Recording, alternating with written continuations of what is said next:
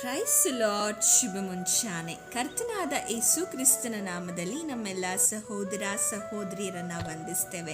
ನೀವಿನ್ನು ನಮ್ಮ ಚಾನಲ್ ಅನ್ನು ಮೊದಲನೇ ಬಾರಿ ವೀಕ್ಷಿಸುತ್ತಿರುವುದಾದರೆ ದಯವಿಟ್ಟು ಸಬ್ಸ್ಕ್ರೈಬ್ ಮಾಡ್ಕೊಳ್ಳಿ, ಲೈಕ್ ಮಾಡಿ, ಶೇರ್ ಮಾಡಿ ಹಾಗೂ ನಿಮ್ಮ ಪ್ರಾರ್ಥನಾ ಮನವಿಗಳನ್ನು ನಮಗೆ ಕಮೆಂಟ್ ಮೂಲಕವಾಗಿ ತಿಳಿಸಬಹುದಾಗಿದೆ. ಕರ್ತನ ನಾಮಕ್ಕೆ ಮಹಿಮೆ ಉಂಟಾಗಲಿ. ಈ ಮೂಲಕ ನನ್ನ ಮಾತುಗಳನ್ನು ವೀಕ್ಷಿಸುತ್ತಿರುವಂಥ ನಿಮ್ಮೆಲ್ಲರಿಗೂ ಪ್ರಭುವಾದ ಯೇಸು ಕ್ರಿಸ್ತನ ನಾಮದಲ್ಲಿ ನನ್ನ ಪ್ರೀತಿಯ ವಂದನೆಗಳನ್ನು ತಿಳಿಸೋನಾಗಿದ್ದೇನೆ. ಪ್ರತ್ಯೇಕವಾಗಿ ಈ ಒಂದು ದಿನವನ್ನು ಕೂಡ ಕಾಣುವ ಹಾಗೆ ದೇವರು ಕೊಟ್ಟ ಒಳ್ಳೆಯ ಕೃಪೆಗಾಗಿ ಸ್ತೋತ್ರ. ಪ್ರತಿದಿನ ಆತನ ವಾಕ್ಯಗಳನ್ನು ಕೇಳಿ ನಾವು ಬಲ ಹೊಂದಿದ ಹಾಗೆ ಈ ದಿನವೂ ಕೂಡ ಆತನ ಮಾತುಗಳನ್ನು ಕೇಳಿ ಆತನ ಸನ್ನಿಧಿಯಲ್ಲಿ ನಾವು ಬಲ ಹೊಂದಿಕೊಳ್ಳೋಣ. ಪ್ರತ್ಯೇಕವಾಗಿ ಆತನು ನಮ್ಮೊಂದಿಗೆ ಪ್ರತಿ ಕ್ಷಣ ಮಾತಾಡಲಿಕ್ಕೆ ಬಯಸುವ ಕರ್ತನಾಗಿದ್ದಾನೆ. ಅದರಿಂದ ಈ ದಿನವೂ ಕೂಡ ಆತನ ವಾಕ್ಯಗಳನ್ನು ಕೇಳುವುದರಲ್ಲಿ ತುಂಬ ಆಸಕ್ತರಾಗಿದ್ದೇನೆ ಎಂಬುದಾಗಿ ನಾನು ನೆನೆಸೋನಾಗಿದ್ದೇನೆ. ಪ್ರತಿದಿನ ಆತನ ವಾಕ್ಯಗಳನ್ನು ಕೇಳಿ ನಾವು ಬಲ ಹೊಂದಿ ನಿರೀಕ್ಷೆ ಹೊಂದಿ ಆತನನ್ನು ಆಶ್ರಯಿಸಿಕೊಳ್ಳುವುದನ್ನು ಅಧಿಕಪಡಿಸಿಕೊಂಡು ಹೋಗುವ ಪ್ರಕಾರ ಇನ್ನೂ ಅಧಿಕವಾಗಿ ಆತನನ್ನೇ ಆಶ್ರಯಿಸಿಕೊಂಡು ಆತನ ಸಾನ್ನಿಧ್ಯದಲ್ಲಿ ನಾವು ಹೋಗ್ಲಿಕ್ಕಾಗಿ ಮುಂದಿರುವ ವಾಕ್ಯ ಸಂದೇಶದ ಭಾಗಕ್ಕಾಗಿ ನಮ್ಮ ಕಣ್ಣುಗಳನ್ನು ಮುಚ್ಚಿ ನಾವು ಪ್ರಾರ್ಥನೆ ಮಾಡೋಣ. ಪ್ರೀತಿ ಸ್ವರೂಪನಾದ ತಂದೆಯೇ, ಒಳ್ಳೆ ಸಮಯಕ್ಕಾಗಿ ಸ್ತೋತ್ರ. ಪ್ರತಿದಿನ ನಮ್ಮೊಂದಿಗೆ ನಿನ್ನ ವಾಕ್ಯದ ಮೂಲಕ ನಮ್ಮನ್ನು ದೇವರೇ ಬಲಪಡಿಸುತ್ತಾ ಬರುತ್ತಿದ್ದೀವಿ ಸ್ವಾಮಿ. ಅದಕ್ಕಾಗಿ ನಿಮ್ಮನ್ನು ಹೊಂದಿಸ್ತೀವಿ. ಈ ದಿನವೂ ಕೂಡ ನಿನ್ನ ವಾಕ್ಯದ ಮೂಲಕ ನಮ್ಮೊಂದಿಗೆ ಮಾತಾಡಿ ನಮ್ಮನ್ನು ಬಲಪಡಿಸಿರಿ. ಈ ದಿನ ನಮ್ಮೊಂದಿಗೆ ಏನನ್ನ ಮಾತಾಡಬೇಕೆಂಬುದಾಗಿ ನೀವು ಬಯಸ್ತಾ ಇದ್ದೀರೋ ಅದನ್ನು ದೇವರೇ ನೀವು ಮಾತನಾಡಿ ನಾವು ಕೇಳುತ್ತೇವೆ. ಪ್ರತ್ಯೇಕವಾಗಿ ನಮ್ಮ ಜೀವಿತದ ಪರಿಸ್ಥಿತಿಗಳಲ್ಲಿ ಎಲ್ಲವನ್ನ ಜಯಿಸಿ ಮುಂದೆ ಹೋಗ್ಲಿಕ್ಕೆ ಬೇಕಾದ ಧೈರ್ಯವನ್ನ ವಾಕ್ಯದ ಮೂಲಕ ನಮಗೆ ದಯಪಾಲಿಸಿರಿ ಎಂಬುದಾಗಿ ಪ್ರಾರ್ಥಿಸ್ತೇವೆ. ಮುಂದಿರುವ ಸಮಯ ನಮ್ಮೊಂದಿಗೆ ಮಾತನಾಡಿರಿ, ನಮ್ಮನ್ನು ಬಲಪಡಿಸಿರಿ. ಎಲ್ಲ ಘನತೆ ಮಹಿಮೆ ನಿನಗೆ, ಯೇಸುವಿನ ನಾಮದಲ್ಲಿ ತಂದೆಯೇ, ಆಮೇನ್. ಈ ದಿನದ ವಾಕ್ಯ ಸಂದೇಶದ ವಿಷಯ ಏನಾಗಿದೆ ಎಂಬುದಾಗಿ ನಾವು ನೋಡೋದಾದ್ರೆ, ದೇವರನ್ನ ಮೆಚ್ಚಿಸುವುದು ಹೇಗೆ ಎಂಬುದಾಗಿರುವ ವಿಷಯದ ಕುರಿತು ನಾವು ಸ್ವಲ್ಪ ಸಮಯ ದೇವರ ವಾಕ್ಯದ ಮೂಲಕ ಧ್ಯಾನ ಮಾಡಿಕೊಳ್ಳೋಣ. ದೇವರನ್ನ ನಾವೆಲ್ಲರೂ ಮೆಚ್ಚಿಸಬೇಕೆಂಬುದಾಗಿರುವಂಥ ಆಸೆ ಇರುತ್ತದೆ. ಆದರೆ ಹೇಗೆ ಮೆಚ್ಚಿಸಬೇಕೆಂಬುದಾಗಿ ನಮಗೆ ತಿಳಿಯದೇ ಇರುವುದರಿಂದ ನಾವು ಅನೇಕ ಬಾರಿ ದೇವರನ್ನ ವಿವಿಧ ರೀತಿಯಲ್ಲಿ ಮೆಚ್ಚಿಸ್ಲಿಕ್ಕೆ ಹೋಗ್ತೇವೆ. ಅದು ಆತನು ಮೆಚ್ಚದೇ ಇರುವಂಥ ವಿಷಯಗಳು ಕೂಡ ನಾವು ಮಾಡಲಿಕ್ಕೆ ಹೋಗಿ ಅನೇಕ ಬಾರಿ ನಿರಾಶೆಗೊಂಡದ್ದನ್ನು ನಾವು ನೋಡ್ತೇವೆ. ಆದಿಯಲ್ಲಿ ಒಂದು ಬಾರಿ ಆ ಕಾಯೇನನು ಮತ್ತು ಹೇಬೇಲನೆಂಬ ಯವನಸ್ಥರು ದೇವರಿಗೆ ಕಾಣಿಕೆಗಳನ್ನು ಸಮರ್ಪಿಸಲಿಕ್ಕಾಗಿ ತಂದು ಅರ್ಪಿಸುವಾಗ ಹೇಬೇಲನನ್ನ ತನ್ನ ಕಾಣಿಕೆಯನ್ನು ದೇವರು ಮೆಚ್ಚಿದ್ರು. ಆದರೆ ಕಾಯೇನನನ್ನು ಮತ್ತು ಕಾಯೇನನ ಕಾಣಿಕೆಯನ್ನ ದೇವರು ಮೆಚ್ಚಲಿಲ್ಲ. ಇದರಿಂದ ನಾವು ಕಲಿತುಕೊಳ್ಳೋದೇನೆಂದ್ರೆ, ದೇವರಿಗೆ ಪರಿಶುದ್ಧತೆ ಅನ್ನೋದು ತುಂಬಾ ಇಂಪಾರ್ಟೆಂಟು. ದೇವರ ಸಮ್ಮುಖದಲ್ಲಿ ಮನುಷ್ಯನು ಹೇಗೆ ಜೀವಿಸ್ತಾನೆ ಎಂಬುದಾಗಿ ಕೂಡ ದೇವರು ವೀಕ್ಷಿಸುವನಾಗಿರ್ತಾನೆ.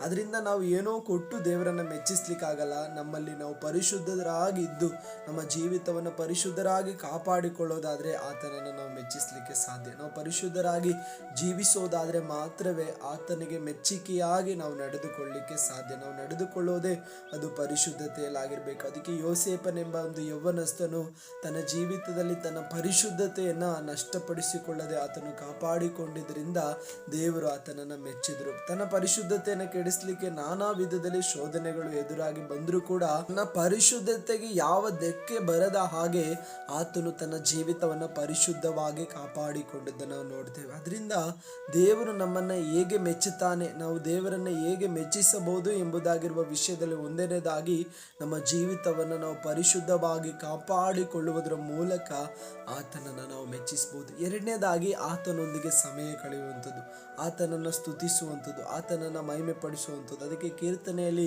ಹೀಗೆ ಹೇಳ್ತಾನೆ, ಆತನನ್ನು ಸ್ತುತಿಸುವುದು ಯುಕ್ತವಾಗಿದೆ ಎಂಬುದಾಗಿ. ಹಾಗಾದರೆ ಆತನನ್ನು ಸ್ತುತಿಸುವುದು ಆತನಿಗೆ ಸಂತೋಷಕರವಾಗಿದೆ. ನಾವು ಆತನನ್ನು ಸ್ತುತಿಸಿ ಸಿಕ್ಕುವ ಎಲ್ಲ ಸಮಯ ಸ್ತೋತ್ರ ಸಲ್ಲಿಸಿ ಮಹಿಮೆ ಪಡಿಸಿ ನಾವು ಹೋಗೋದಾದರೆ ಆತನನ್ನು ಸ್ತುತಿ ಪದಗಳ ಮೂಲಕ ದಾವೀದನು ಮೆಚ್ಚಿಸಿದ ಹಾಗೆ ದಾವೀದನ ಹೃದಯವನ್ನು ದೇವರು ಒಪ್ಪಿಕೊಂಡ ಪ್ರಕಾರ ದೇವರ ಹೃದಯವನ್ನು ದಾವೀದನು ಬಲ್ಲವನಾಗಿ ದೇವರಿಗೆ ಇಷ್ಟ ಏನೆಂಬುದಾಗಿ ತಿಳಿದು ಆತನಿಗೆ ನಿರಂತರವಾದ ಸ್ತುತಿ ಪದಗಳನ್ನು ದಾವೀದನು ಆಡಿ ಆತನನ್ನು ಮಹಿಮೆ ಪಡಿಸಿದ್ರ ನಿಮಿತ್ತ ದಾವೀದನನ್ನು ದೇವರು ಮೆಚ್ಚಿದ್ದನ್ನು ನಾವು ನೋಡ್ತೇವೆ. ದೇವರನ್ನ ಆತನು ಸಂತೋಷಪಡಿಸಿ ಹಾಡುಗಳ ಮೂಲಕ ಮಹಿಮೆ ಪಡಿಸಿದ್ರಿಂದ ದಾವೀದನನ್ನು ನಾನು ಒಪ್ಪಿದ್ದೇನೆ, ಮೆಚ್ಚಿದ್ದೇನೆ ಎಂಬುದಾಗಿ ದೇವರು ಸಾಕ್ಷಿ ಕೊಟ್ಟದ್ದನ್ನು ನಾವು ನೋಡ್ತೇವೆ. ಹಾಗಾದರೆ ನಾವು ಆತನನ್ನು ನಿರಂತರವಾಗಿ ಸ್ತುತಿಸುವ ಜೀವಿಸೋದಾದರೆ ಆತನು ನಮ್ಮನ್ನು ಮೆಚ್ಚುವನಾಗಿದ್ದಾನೆ. ಮೂರನೇದಾಗಿ ಆತನೊಂದಿಗೆ ನಾವು ಸಮಯ ಕಳೆಯುವುದು. ಆತನೊಂದಿಗೆ ನಾವು ಸಮಯ ಕಳೆಯುವುದರಲ್ಲಿ ಆತನು ಮೆಚ್ಚುವವನಾಗಿರ್ತಾನೆ. ಹೆಚ್ಚು ಸಮಯ ನಾವು ಆತನೊಂದಿಗೆ ಕಳಿಬೇಕು. ಅದಕ್ಕೆ ಆದಿಯಲ್ಲಿ ಅನೋಕನೆಂಬ ಒಂದು ಭಕ್ತರು ತನ್ನ ಜೀವಿತ ಕಾಲವೆಲ್ಲ ಏನು ಮಾಡಿದ್ದಾರೆ, ದೇವರೊಂದಿಗೆ ಸಮಯವನ್ನು ಕಳೆದರು. ದೇವರೊಂದಿಗೆ ಅನ್ಯೂನ್ಯವಾಗಿ ನಡೆದು ಜೀವಿಸಿದ ಕಾಲವೆಲ್ಲ ಸಮಯವನ್ನು ದೇವರಿಗಾಗಿ ಕೊಟ್ಟನು.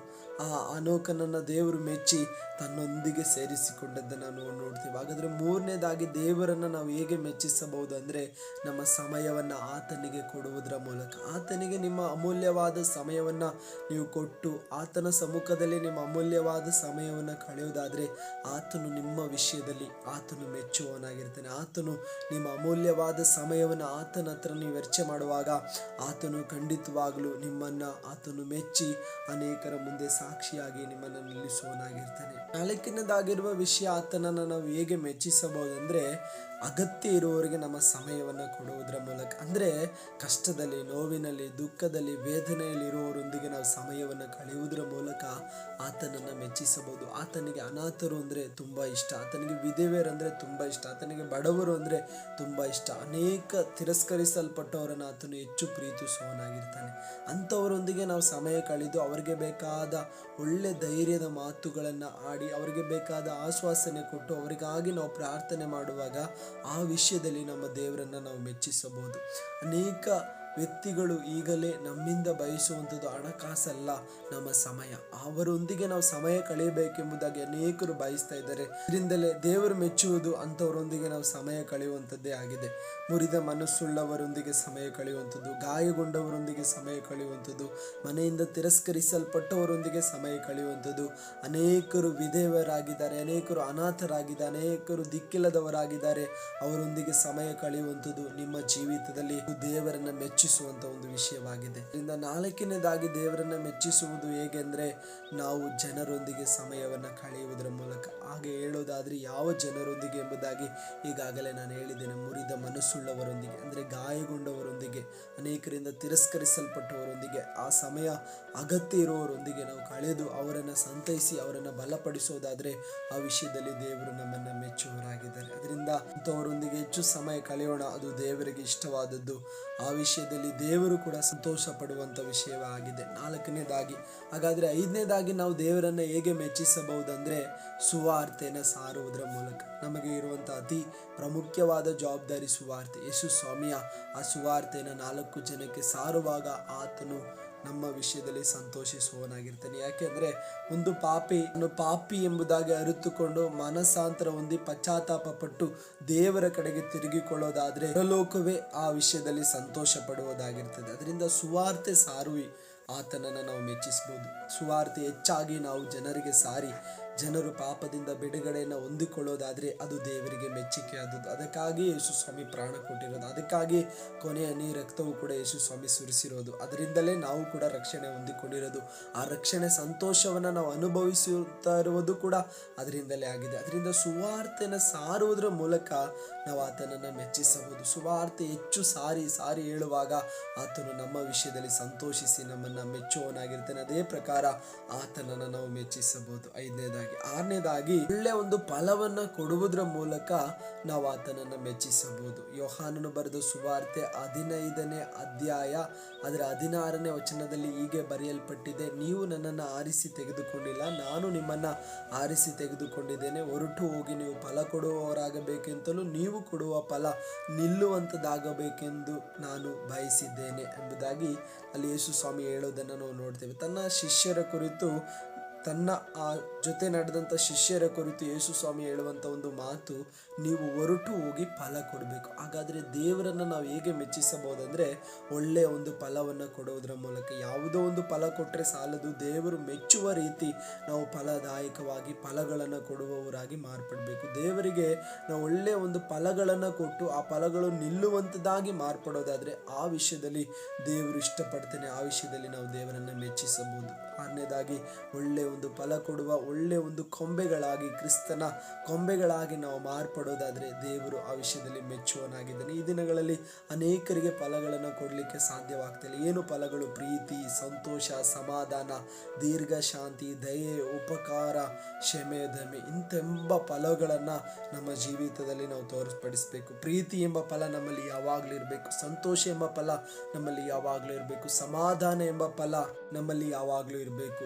ಪ್ರೀತಿ, ಸಂತೋಷ, ಸಮಾಧಾನ ಯಾವಾಗಲೂ ನಮ್ಮಲ್ಲಿ ನೆಲೆಗೊಂಡಿರಬೇಕು. ಇದು ದೇವರ ಸಂಬಂಧವಾಗಿದೆ. ನಂತರ ದೀರ್ಘ ಶಾಂತಿ, ದಯೆ, ಉಪಕಾರ ಇದು ನಮ್ಮಲ್ಲಿ ವಾಸವಾಗಿರಬೇಕು. ದೀರ್ಘ ಶಾಂತಿಯಿಂದ ನಾವಿರಬೇಕು, ದಯೆ ತೋರಿಸುವವರಾಗಿರಬೇಕು, ಉಪಕಾರ ಮಾಡುವವರಾಗಿರಬೇಕು. ಇದು ನಮ್ಮಲ್ಲಿ ಯಾವಾಗಲೂ ಫಲಗಳನ್ನು ನಾವು ತೋರಿಸುವಂಥವರಾಗಿರಬೇಕು. ಇದು ನಮ್ಮ ಪರವಾಗಿ ಅನೇಕರು ಇದನ್ನು ಅನುಭವಿಸಬೇಕು. ಎಲ್ಲ ವಿಷಯಗಳಲ್ಲಿ ದೀರ್ಘ ಶಾಂತರಾಗಿ ನಾವು ಕಾದಿರಬೇಕು. ಉಪಕಾರ ಮಾಡಲಿಕ್ಕೆ ಮತ್ತು ದಯೆ ತೋರಿಸಲಿಕ್ಕೆ ನಮ್ಮಿಂದ ಆಗಬೇಕು. ಇದು ನಮ್ಮ ಒಳಗಡೆ ಯಾವಾಗಲೂ ವಾಸವಾಗಿರಬೇಕಾದ ಫಲಗಳಾಗಿದೆ.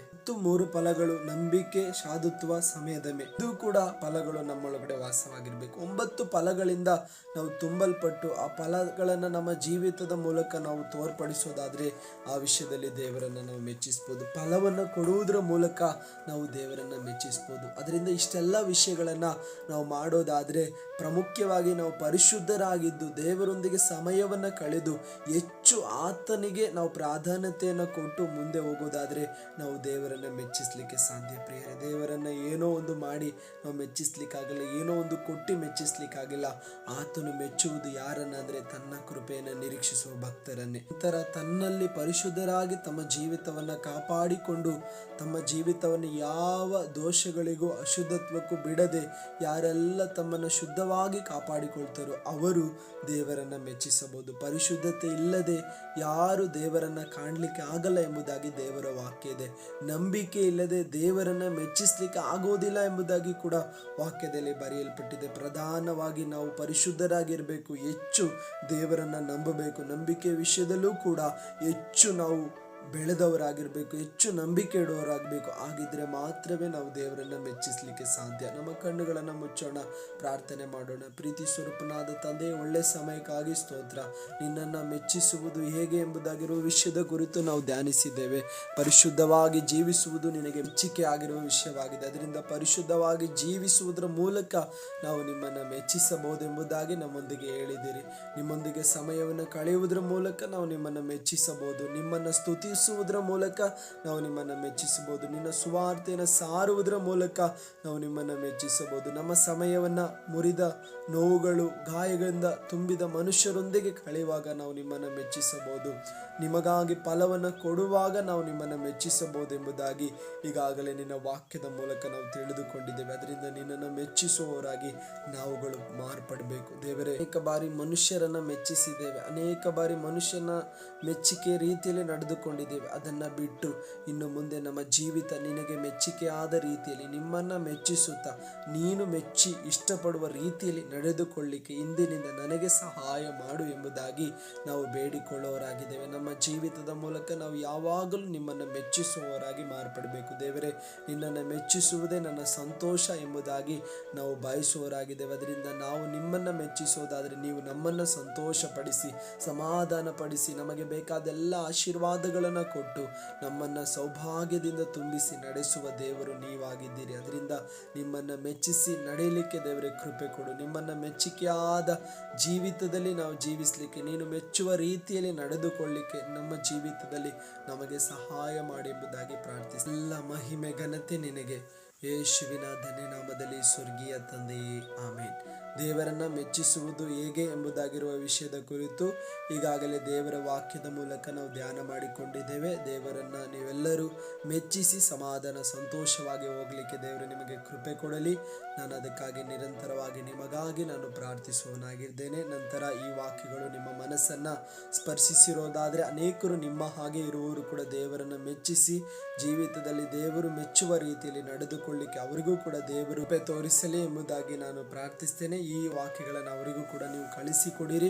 ಅನೇಕರು ಈ ವಾಕ್ಯಗಳನ್ನು ಕೇಳಿ ದೇವರನ್ನು ಮೆಚ್ಚಿಸುವವರಾಗಿ ಮಾರ್ಪಡಲಿ. ಅವರು ಕೂಡ ದೇವರ ಮೆಚ್ಚುಗೆಗೆ ಪಾತ್ರರಾಗಿ ಮಾರ್ಪಡಲಿ. ಅನೇಕ ಆಶೀರ್ವಾದಗಳನ್ನು ಹೊಂದಿಕೊಳ್ಳಲಿ. ನಿಮಗೆ ಗೊತ್ತಿರುವ ಎಲ್ಲರಿಗೂ ಕೂಡ ಈ ವಾಕ್ಯಗಳನ್ನು ಕಳಿಸಿಕೊಟ್ಟು ಅವರ ಜೀವಿತದಲ್ಲಿ ಒಂದು ಬದಲಾವಣೆಗಳನ್ನು ಕಾಣುವ ಹಾಗೆ ದೇವರು ಈ ವಾಕ್ಯದ ಮೂಲಕ ಕಾರ್ಯ ಮಾಡಲಿ ಎಂಬುದಾಗಿ ಅವರಿಗಾಗಿ ಪ್ರಾರ್ಥನೆ ಮಾಡಿ ಸಾಧ್ಯವಾದಷ್ಟು ಈ ವಾಕ್ಯಗಳನ್ನು ಅನೇಕರಿಗೆ ಕಳಿಸಿಕೊಡಿ ಎಂಬುದಾಗಿ ನಿಮ್ಮಲ್ಲಿ ನಾನು ಕೇಳಿಕೊಳ್ತೇನೆ. ನಂತರವಾಗಿ ನಿಮಗೆ ಯಾವುದಾದ್ರೂ ಪ್ರಾರ್ಥನಾ ಮನವಿಗಳು ಇರೋದಾದರೆ ಕೆಳಗೆ ಕೊಟ್ಟಿರುವ ನಂಬರ್ಗೆ ನೀವು ಸಂಪರ್ಕ ಮಾಡೋದಾದರೆ ನಾವು ನಿಮಗೋಸ್ಕರ ಪ್ರಾರ್ಥನೆ ಮಾಡುವವರಾಗಿರ್ತೇವೆ. ನೀವು ಪಡಿಸುವ ಪ್ರಾರ್ಥನೆ ವಿಷಯಗಳಿಗೆ ಅಲ್ಲೇ ನಾವು ನಿಮಗೋಸ್ಕರ ಪ್ರಾರ್ಥಿಸ್ತೇವೆ. ನಂತರವಾಗಿ ನಮ್ಮ ಪ್ರತಿದಿನ ನಡೆಯುವಂಥ ಪ್ರಾರ್ಥನಾ ಕೂಟಗಳಿಗೆ ನೀವು ಜಾಯಿನ್ ಆಗಬೇಕೆಂಬ ಮನಸ್ಸು ನಿಮಗೆ ಇರೋದಾದರೆ ಅದು ಪ್ರತಿದಿನ ಸಂಜೆ 7:30 8:30 ಗಂಟೆ ಗೂಗಲ್ ಮೀಟಲ್ಲಿ ಪ್ರತಿದಿನ ಒಂದು ಮೀಟಿಂಗ್ ನಡೆಯಲ್ಪಡ್ತದೆ. ಅದಕ್ಕೂ ಕೂಡ ನೀವು ಜಾಯಿನ್ ಆಗಲಿಕ್ಕೆ ಬಯಸೋದಾದರೆ ಕೆಳಗೆ ಕೊಟ್ಟಿರುವ ನಂಬರ್ಗೆ ನೀವು ಸಂಪರ್ಕ ಮಾಡಿ ವಾಟ್ಸಪ್ಪಲ್ಲಿ ಒಂದು ಮೆಸೇಜ್ ಹಾಕಿದ್ರೆ ಸಾಕು, ಅದರ ಲಿಂಕು